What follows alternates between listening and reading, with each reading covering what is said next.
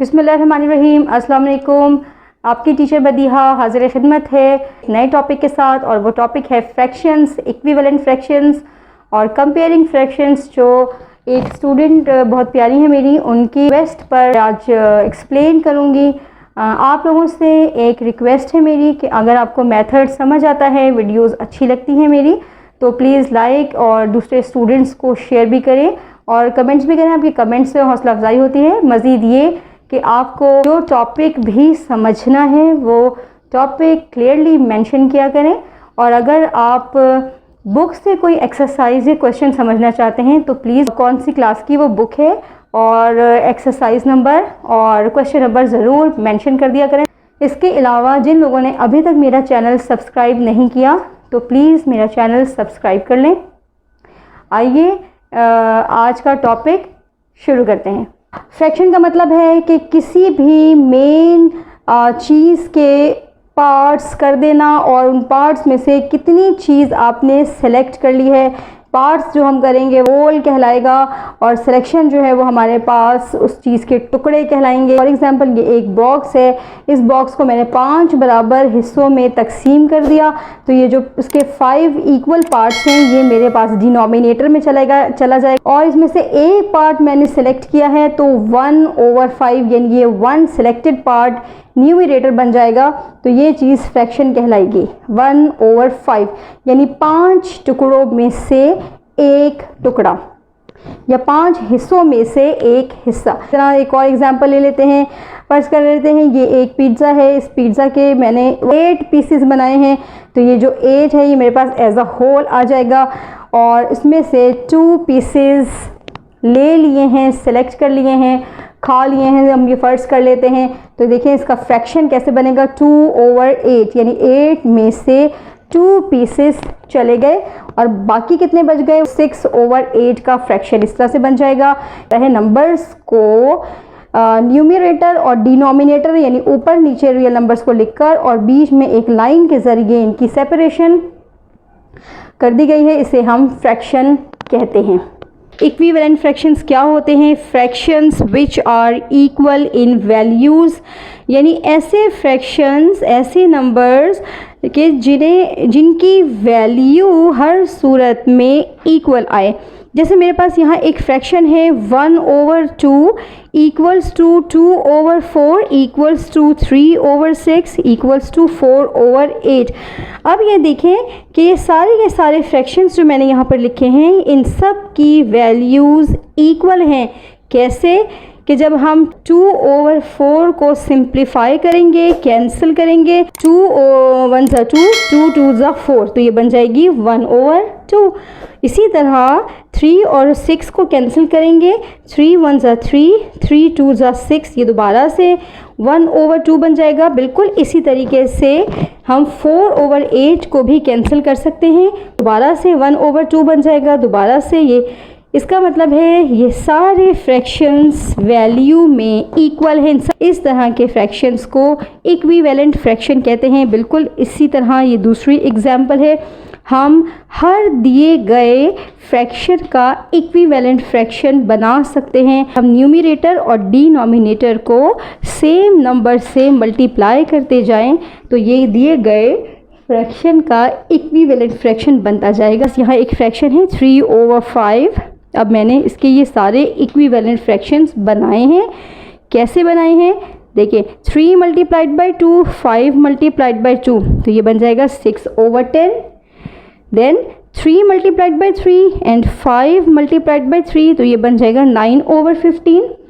3 × 4 12 and 5 × 4 20। 6/10 की value जब cancel करेंगे, सिंप्लीफाई करेंगे तो 3/5 ही आएगा। 2 से 2 3 ज़ा 6, 2 5 ज़ा 10, तो ये 3/5 बन जाएगा। 9/15 को कैंसिल कर दें, सिंप्लीफाई कर दें 3 के टेबल से, 3 3 ज़ा 9 एंड 3 5 ज़ा 15, तो ये नंबर 9/15 3/5 बन जाएगा।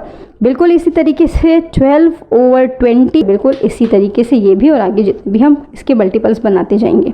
उम्मीद है कि आपको इक्विवेलेंट फ्रैक्शंस और नंबर्स को या फ्रैक्शंस को इक्विवेलेंट फ्रैक्शंस में चेंज करना और उसका तरीका समझ आ गया होगा। कंपेयरिंग फ्रैक्शंस क्या होते हैं, नाम से पता चल रहा है कंपेयर करना, यानी अगर मेरे पास दो फ्रैक्शंस हैं और हमें कहा जाए कि इन दोनों फ्रैक्शंस को कंपेयर करें कि इनमें से कौन सा फ्रैक्शन ग्रेटर है और कौन सा फ्रैक्शन लेस है, तो तरीका सीखेंगे हम इन फ्रैक्शंस को कंपेयर करने का। When denominator is not common, 3/8 और 13/16 में कौन सा फ्रैक्शन ग्रेटर है और कौन सा फ्रैक्शन लेस है। इसके बहुत सारे मेथड हैं, लेकिन यहाँ पर 2-3 मेथड हैं जो मैं आपको बताऊंगी जो इजी भी हैं। अगर आपके जो फ्रैक्शंस हैं वो छोटे हैं, जो बड़े बड़े फ्रैक्शंस आ जाते हैं जैसे थाउजेंड्स में हो वैल्यूज़ या हंड्रेड्स में हो वैल्यूज़, तो फिर उनके लिए ये वाले मेथड जो है वो फेल हो जाते हैं। पहला मेथड आप देख लें यहाँ पर, by taking LCM of denominator, या फ्रैक्शंस के डिनोमिनेटर्स को सेम करना, मेकिंग डिनोमिनेटर्स कॉमन, ये वाला मेथड कहलाता है। इसमें हमें क्या करना है, 8 और 16 हमें इनका लेना है LCM। 8 और 16 का कॉमन फैक्टर है 16, ठीक है। तो मुझे यहाँ 8 को 16 बनाना है। 8 को हम 2 से मल्टीप्लाई करेंगे तो 8 2 16, यानी ये डिनोमिनेटर और ये डिनोमिनेटर दोनों सेम हो जाएंगे। रेशोज़ को इक्वल रखने के लिए ये 2 को न्यूमरेटर से भी मल्टीप्लाई करना है। Now value is 6 and 8 2 16। Denominator same हो जाएं तो फिर हमें सिर्फ और सिर्फ न्यूमरेटर की वैल्यूज़ को कंपेयर करना होता है। इस वैल्यू का न्यूमरेटर है 6 और इस वैल्यू का न्यूमरेटर है 13। तो अब 6 और 13 में से कौन सी वैल्यू छोटी है, 6 छोटा है, राइट। तो इसका मतलब ये हुआ कि ये जो फर्स्ट वैल्यू है 3/8 इज़ लेस देन 13/6। एक एग्जाम्पल और कर लेते हैं ताकि ये मेथड आपको अच्छे तरीके से समझ आ जाए। 3/4 और 6/8 ये दो फ्रैक्शंस हैं, हमें इन दोनों को भी कंपेयर करना है। वही वाला मेथड हम कर लेते हैं, 4 और 8 का कॉमन फैक्टर निकाल लेते हैं एंड दैट कॉमन फैक्टर यानी LCM के तरीके से बस वो कॉमन फैक्टर आ जाएगा 8। अब मुझे ये तो ऑलरेडी 8 है, अब मुझे इस 4 को 8 बनाना है, को 2 से मल्टीप्लाई करूँगी तो मुझे न्यूमरेटर को भी 2 से ही मल्टीप्लाई करना है। फ्रैक्शन यानी 3/4 बन जाएगा 6/8 और ये भी ऑलरेडी 6/8 है। तो देखें कि ये दोनों फ्रैक्शंस चूँकि न्यूमरेटर भी सेम है, डिनोमिनेटर भी सेम है, इसलिए ये दोनों फ्रैक्शंस इक्वल हैं। दो फ्रैक्शंस की कंपैरिजन का क्रॉस मल्टीप्लिकेशन मेथड है। ये मेथड कहलाता है डिनोमिनेटर इक्वल करना या कॉमन करना बाय टेकिंग LCM। इसमें हमने सिंपल इन दोनों फ्रैक्शंस में क्रॉस मल्टीप्लिकेशन कर दी है। फर्स्ट फ्रैक्शन का numerator multiplied by second fraction का डिनोमिनेटर और सेकंड फ्रैक्शन का numerator multiplied by first fraction का डिनोमिनेटर। 3 मल्टीप्लाइड बाय 16 का आंसर है 48 और 13 मल्टीप्लाइड बाई 8 का आंसर है। अपने 8 मल्टीप्लाइड बाई 13 नहीं करना क्योंकि ये तो फिर फर्स्ट फ्रैक्शन से ही शुरू हो जाएगा। यहाँ पे स्टार्ट करना है फर्स्ट फ्रैक्शन की वैल्यू और यहाँ पे लेनी है सेकंड फ्रैक्शन के न्यूमरेटर से, ठीक। तो इसका आंसर आ जाएगा हमारे पास 104। और अब आपने सिंपल नंबर्स की कंपैरिजन करनी है। तो 48 इज़ लेस देन 104। इसका मतलब है 3/8 छोटा है 13/16 से। यहाँ पर भी हमने LCM मेथड में भी यही निकाला था।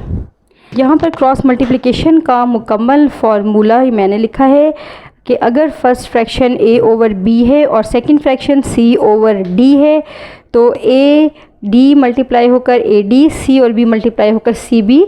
तो क्या 3 केसेस हो सकते हैं कि अगर AD का आंसर और CB का आंसर बराबर हो तो ये दोनों फ्रैक्शंस इक्वल होती हैं। इस तरह के केस में अगर AD का आंसर छोटा है और CB का आंसर बड़ा है, जैसे ये वाला केस है, तो फर्स्ट फ्रैक्शन छोटा होता है और सेकंड फ्रैक्शन बड़ा होता है। कि अगर AD की value greater than CB then first fraction is always greater than second fraction.